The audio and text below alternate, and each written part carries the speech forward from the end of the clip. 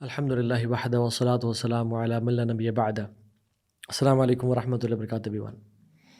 ایک دفعہ بہت مشہور اسکالر محمد بن سیرین رحمہ اللہ وہ طواف کر رہے تھے کعبہ کے گرد، تو ان کو ایک شخص نظر آیا جو کھڑے ہو کے دعا کر رہا تھا، یا اللہ مجھے معاف کر دے، میرے گناہوں کو بخش دے، لیکن مجھے پتہ ہے تو مجھے معاف نہیں کرے گا۔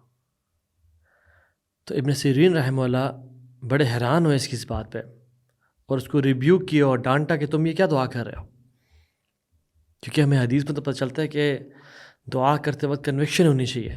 ادعوا اللہ وانتم موقنون بالاجابہ، دعا اس طرح کرو کہ تمہیں یقین ہو دعا قبول ہوگی، اور دعا کرنے کے بعد انشاءاللہ بھی نہیں کہنا چاہیے کہ اللہ مجھے معاف کر دے انشاءاللہ، یا اللہ تعالیٰ پہ رحم فرمائے انشاءاللہ، نہیں، دعا کنوکشن کے ساتھ ہونی چاہیے۔ تو اس شخص نے کہا ابن سیرین کو کہ آپ کو نہیں پتہ میری اسٹوری، آپ جو یہ کہہ رہے ہیں because don't know my whole story. ابن سیرین نے کہا واٹس یور اسٹوری دین؟ کہتے ہیں کہ میں نوجوان لڑکا تھا جب عثمان بن عفان زندہ تھے، اور مجھے عثمان بن عفان کے بارے میں بہت ساری باتیں پتہ چلیں کہ یہ اپنے رشتہ داروں کو پوائنٹ کر رہے ہیں اور ان کے یہ فلاں فلاں معاملات ہیں۔ میں نے اس دن قسم کھائی کہ میں ان کی اصلاح کروں گا، اور میں نے اس ساری باتوں کو سن کے یہ بھی قسم کھا لی کہ I'll slap his face، جو یہ امت کے ساتھ کر رہے ہیں۔ The great Usman bin Affan رضی اللہ عنہ۔ یاد رکھیں عثمان بن عفان وہ ہیں جنہوں نے اتنے زیادہ اونٹ دیے، 700 روایات میں آتا ہے، اور کچھ میں 1000 اونٹ کا آتا ہے کہ اللہ کے نے کہا عثمان بس کر دو، آج کے بعد تو جو مرضی کر، اللہ نے تجھے معاف کر دیا۔ مسلمانوں کو جب پانی میسر نہیں تھا، کنواں خریدنے والے عثمان بن عفان تھے۔ اللہ کے نبی کے داماد، اور ایک دفعہ نہیں 2 دفعہ 2 بیٹیوں سے نکاح کیا، پہلے رقیہ سے رضی اللہ عنہ جب ان کی وفات ہو گئی یوم البدر پہ، اس کے بعد اللہ کے نبی نے اپنی دوسری بیٹی بھی عثمان بن عفان کو دے دی، اور کہا عثمان میری اگر 100 بیٹیاں بھی ہوتی اور باری باری وہ مرتی جاتی میں تجھے دیتا۔ کبھی ہسٹری میں ایسا نہیں ہوا کہ ایک نبی کی 2 بیٹیاں کسی ایک شخص کے پاس ہوں۔ اللہ استحی من رجل تستحی من الملائکہ، رسول اللہ نے کہا صلی اللہ علیہ وسلم کہ میں اس بندے سے حیا نہ کروں جسے ملائکہ حیا کرتے ہیں۔ عثمان بن عفان جنہوں نے مسجد نبی کے زمین کا ایک حصہ مسلمانوں کو خرید کے دیا، اور اپنا سب کچھ نشاور کر دیا، اور عشر مبشرہ جو 10 پرومسڈ جنہ تھے صحابہ کے، ان میں سے 4تھے نمبر پہ عثمان بن عفان تھے۔ لیکن this young man wanted to correct Usman bin Affan, because اس کو لگا کہ Usman bin Affan is cutting corners, وہ شریعت کی باتوں پہ عمل نہیں کر رہے۔ یہاں میں پاز کرتا ہوں اور ایک اور واقعہ بتاتا ہوں آپ کو۔ ایک شخص ایجپشن تھا جو کہ آیا مکہ میں طواف کرنے کے لیے، اور دیکھا ایک بزرگ انسان بیٹھا ہوا ہے، اور اسے کہا کہ یہ کون ہے؟ لوگوں نے کہا کہ عبداللہ ہے، عمر بن خطاب کے بیٹے عبداللہ بن عمر۔ تو انہوں نے اس ایجپشن بندے نے آ کے کہا عبداللہ بن عمر کیا آپ کو پتہ ہے کہ عثمان بن عفان احد سے پیٹ پھیر کے بھاگے تھے؟ عبداللہ بن عمر نے کہا جی۔ اس نے کہا کیا آپ کو پتہ ہے کہ بدر میں بھی عثمان بن عفان شریک نہیں ہوئے تھے؟ کیا سچی نیوز ہے؟ عبداللہ بن عمر نے کہا جی۔ انہوں نے کہا بیت رضوان جب سارے مومنین کٹھے تھے تو عثمان بن عفان میں شامل نہیں تھے، کیا یہ بات سچی ہے؟ انہوں نے کہا جی۔ تو اس نے کہا دیکھا لوگ جو باتیں کرتے ہیں وہ صحیح باتیں کر رہے ہیں۔ تو عبداللہ بن عمر نے کہا کہ let me explain, as far احد عثمان بن عفان نے ڈیفینیٹلی ریٹریکٹ کیا تھا، لیکن وی ہیو کلیئرٹی کہ اللہ تعالیٰ نے ان کو معاف کر دیا ملٹیپل احادیث کے دیکھ کے۔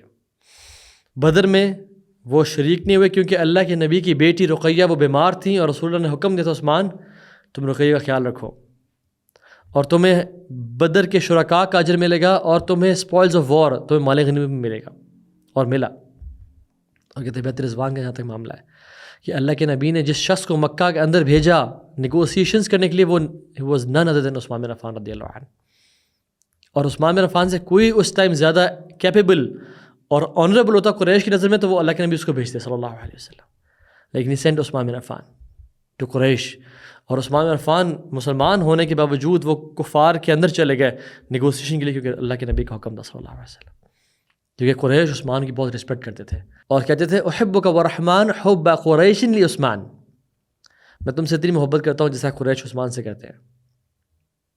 اور جب بیعت رضوان ہوئی تو اللہ کے نبی نے ہم سب کے اوپر اپنا ہاتھ رکھا اور پھر کہا یہ عثمان بن عفان کا ہاتھ ہے. اپنے ہاتھ کو کہا یہ عثمان بن عفان کا ہاتھ ہے, اور کہا کہ ان حقائق کو اپنے ساتھ لے کے چلے جاؤ کہ تم جو گمان کرے تھے, half truth is worse than a lie. Going back to the story, تو وہ شخص کہتا ہے ابن سیرین سے کہ آپ کو میری کہانی کا نہیں پتا. I wanted to fix Usman bin Affan and I took an oath by Allah کہ I'll slap him when I meet him. کہتا ہے جب میں پہنچا مدینہ تو میں اس ٹائم میں پہنچا کہ جب عثمان بن عفان کو ایک گروپ آف لوگوں نے قتل کر دیا تھا, یعنی شہید کر دیا تھا ایک طرح سے. اور کہتے ہیں جب میں اندر گیا تو میں لیٹ ہو چکا تھا, اور عثمان بن عفان کی ڈیڈ باڈی پڑی ہوئی تھی اور ان کا فیس اور پوری باڈی کور تھی کفن میں, اور ان کی وائف نائلہ ان کے باڈی کے پاس بیٹھی ہوئی تھی and she was crying, اور ان کو شہید کر دیا گیا تھا. جن لوگوں نے ان کو مارا تھا تو حضرت نائلہ رضی اللہ عنہ نے ان کو بچانے کے لیے اپنے ہاتھ سامنے کیا تو ان کی کچھ انگلیاں بھی کٹ چکی تھیں. کہ جب میں گیا تو چونکہ میں نے وعدہ کیا ہوا تھا اللہ سے اور قسم کھائی ہوئی تھی, تو میں نے نائلہ سے کہا کہ انکور ہز فیس, ان کے چہرے سے کپڑا ہٹاؤ. تو انہوں نے میرے چہرے پہ ایل انٹینٹ اور غصہ دیکھا تو انہوں نے کہا میں نہیں کرتی, اور مجھے ریٹیلیٹ کیا, روکا. لیکن اپنے غصے میں کہ انہوں نے امت کے ساتھ کیا کیا, میں نے ان کے چہرے ان سے کپڑا ہٹایا and I slept his face. Usman bin Affan کے چہرے کو میں نے سلیپ کیا.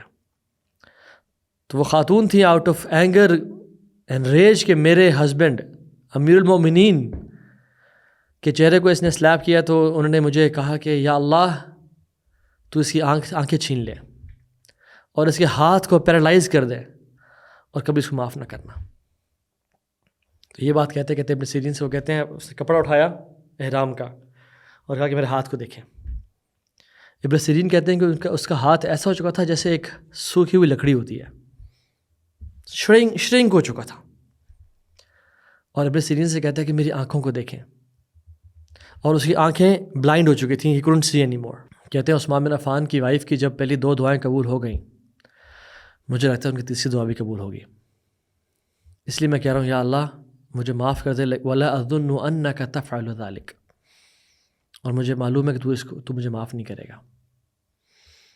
میرے بھائیوں اور بہنوں, some times in our desire to fix someone we ruin our hereafter.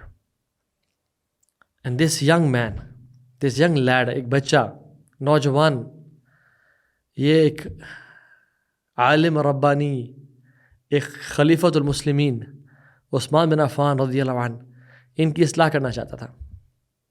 But what he did, اس اصلاح کے چکر میں اس نے دنیا بھی تباہ کی اور آخر بھی تباہ کی. So شارٹ سے اسٹوری میں لیسن یہ ہے کہ some times what happens is youngsters, young lads, بچے immature, they want to fix some scholars. فلاں شیخ مکہ میں, فلاں شیخ, they are corrupt, they are scholars for dollars, وہ ایسا کر رہے ہیں, وہ تو بک گئے ہیں. سبحان اللہ, اللہ المستعان, اللہ سے توبہ کریں. امام شافعی رحمہ اللہ کہتے ہیں کہ علم کے 4 سٹیجز ہیں. پہلی سٹیج, انسان کو لگتا ہے کہ مجھ سے زیادہ کوئی نہیں جانتا ہے اس کے بارے میں, اس سبجیکٹ کے بارے میں, کیونکہ اس نے کچھ پڑھ لیا ہوتا ہے اس کے بارے میں. دوسری سٹیج جب انسان پہنچتا ہے اس کو لگتا ہے کہ ہاں مجھے زیادہ پتہ ہے, لیکن کچھ ایسا نالج ہے بھی اس سبجیکٹ میٹر کے بارے میں جو مجھ سے چھوٹ گیا, جس کا مجھے ابھی تک نہیں پتہ.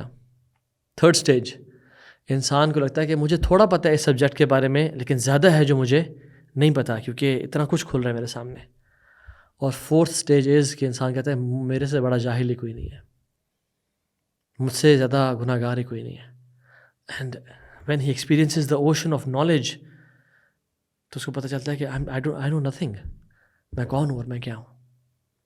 جیسے امام مالک کہتے ہیں من انا وما انا, who am I what am I, because he reached the 4th level of knowledge. But most of us are scratching the surface.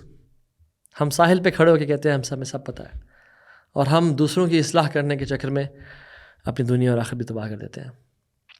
وصلی اللہ علیہ نبینا محمد. السلام علیکم ورحمۃ اللہ وبرکاتہ.